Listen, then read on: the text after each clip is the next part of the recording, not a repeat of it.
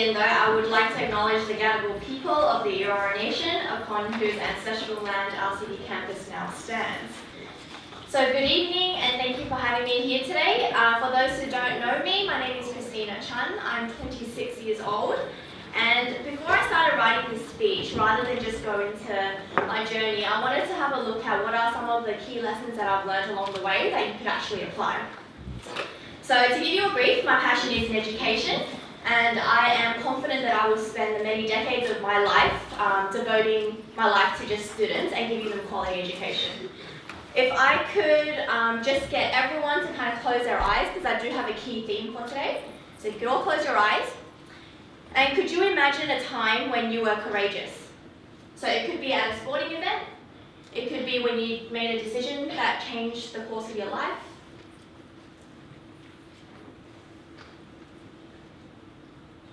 Put your hands up if you have an event in your mind. So keep your eyes closed. So anything that you felt brave about. And then assign a colour to that event. When you see a colour, can you put your hands up? Can you start shouting out your colour? Cool. So I've run this exercise for quite a few, I think thousands of students now, and I think I heard red. Did I hear any other colours? Blue, purple. So the idea here is that we all have courage in us, but it comes in different forms, whether it's small or large, or whether it's like, I'm not sure. What, can someone just yell out, what exactly was their event? Skydiving. Skydiving, cool. Yep. Coming to Australia. So, the key message that I want to show you today is that I am 26. I haven't been in the corporate world, and I have managed to raise $1 million for my startup. And I think the only thing that it comes down to is the courage and ability to just explore and do new things. So, to give you a brief about myself, I grew up in Western Sydney. I have a single mum, and I used to have to work after school to help pay the bills. So I would get up at 7, go to school until 3, work until around 8 o'clock, and then study until midnight. And I would do this again for 2 years because of the HSC in Sydney. I would take on whatever job was available, so scooping ice cream, taking out the trash, and then becoming a receptionist. And I was really lucky because my family couldn't actually afford me to go to university, even if I had an ATAR.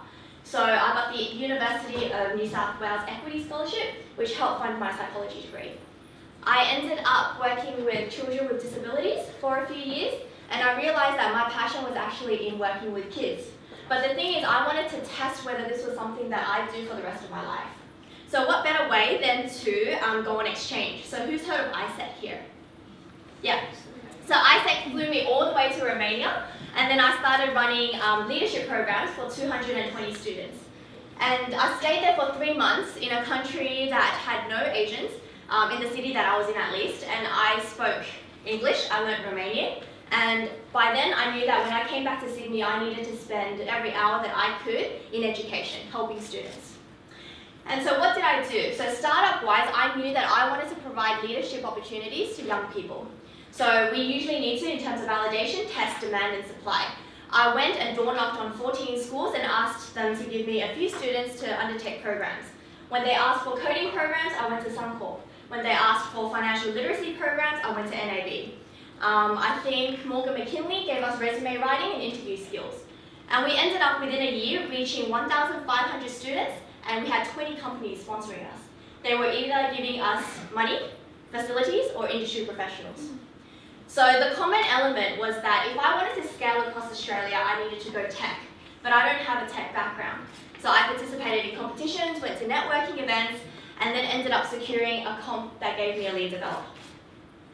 So just to give you a timeline, because I think Natasha did mention this only started like a year or so ago. We started the company in May last year. Our prototype was in November, so we launched the MVP. Our funding, $1 million, came through in February. And since February till now, we have 9,000 students using our platform. So,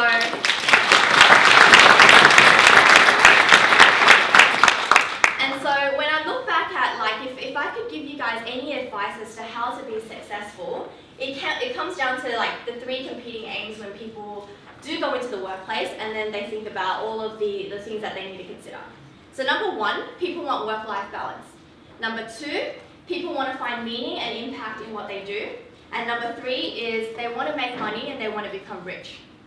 So the first goal that I'm going to touch on is work-life balance. So to be honest, I don't have it at all. A personal belief is that, and it might only resonate with some of you in this room, we all have 24 hours in a day, and how we make the most out of each hour, we need to be conscious of. So I know a lot of my friends who sleep until 2 p.m., a lot of them who watch dramas and series hour after hour, and a lot of them kind of go by week after week and they do assessments and exams, but they look back and they have no idea what exactly is it that they've accomplished. And then the next thing you know, it's 2018, and you're like, how the hell did the whole year kind of go by without me knowing? And so my general philosophy is that while you're young, you should run the mile, because if you don't, then someone else in this world somewhere is causing social ripples, is doing something that is at least progressing their skills or progressing their future. And when I hire people, if I see that someone doesn't even invest in themselves in this way, why should anyone else? Does that make sense? And the second career goal is a little bit more philosophical. So finding purpose and figuring out meaning and impact in what we do. If you have great values and you want to create a social impact, or you want to have a startup, and on this other side, you need to make income, because everyone needs to make income to live. And a lot of the people see this dichotomy between money and investing your time in a social impact or a startup as two ends of the spectrum. And they use the excuse of timing. So I used to work at Martin Place, representing Medicine Sans Frontières. So every 50 cents that I get, I'd be able to feed a child for 1 meal. And I'd have these people in suits walk by. And a lot of them would give me excuses to say that they've got a mortgage to pay, or they've got kids, or right now is not the right time because they're trying to save up for something. But it was only 50 cents. And my belief is that life kind of gets in the way as you get older. So as you're young, you don't have many obligations. But as you get older, you get a partner, you get married, you have children, and then you want a bigger house or a nicer car. And by then, your energy kind of dies down, and you get really tired. And my point is, I think it gets to a point where you do feel like it's a little bit too late. And even if someone tells you it's not too late and you can start now, they don't really believe it at that point in time. So if you don't make building a startup, validating an idea, creating a social enterprise as something as to what you do as a core, my guess is that you ultimately wouldn't really get there. And a common argument that I do when I do Q&A with students, they come back to me and say that they're not good enough yet, they need to develop skills, or they need to develop more experience. And this is something that I would completely reject, because I'm 26, but I'm on my third enterprise. One of them succeeded, and then I sold my shares. The other one didn't succeed, and then I moved on. We're backed by a global billion-dollar company, and a lot of people don't understand why, so I can go into the inside stories next time. Our designer, the person who designed the full platform, just turned 18. He is doing his HSC this year, and so he wanted an intern. So he goes and hires a 15-year-old and asks me, is that okay? So it's like, if he can do the job, why not? Majority of our team is actually under 25. I do hire people who are older, but those who are younger, who come to me with a portfolio, I wouldn't reject them. I at least give them 2 weeks to at least show me that they can do something. And what differentiates those who do succeed, I think, is execution rather than ideas. A lot of people have ideas and they're really good at talking, but when it comes to actually hitting the ground and running the mile, not many people can do that.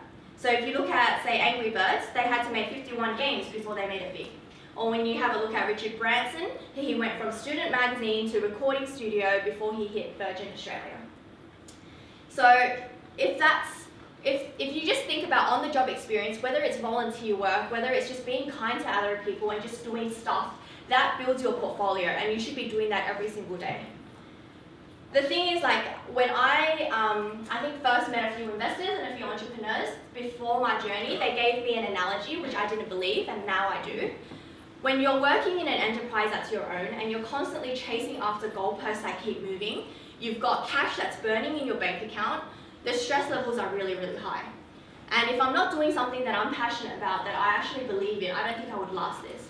So the analogy was that as an entrepreneur, you feel like you're drowning all the time. And sometimes you might kind of be above the water and you feel like you're just about to catch an air, and then someone throws you a baby to catch, and it just never really stops. And so when times get really tough, your heart has to be in the game. Whether it's your enterprise, whether it's some side projects doing volunteer work, it's when your foundations, whether it be family, studies, everything crumbles, whether you actually still have something that kind of pushes you forward. So there's a famous quote that I really like, and it's by Bronnie Ware. She's an Australian nurse specialising in palliative care. So in other words, her job is to improve the quality of life of the terminally ill. She's written a famous book containing her observations on death, which includes the top 5 regrets of the dying. Nowhere in the list is the regret of making more money. Number 1, however, is I wish I had the courage to live a life true to myself, not the life others expected of me. And I strongly encourage you to consider investing in yourself today and actually making a positive difference.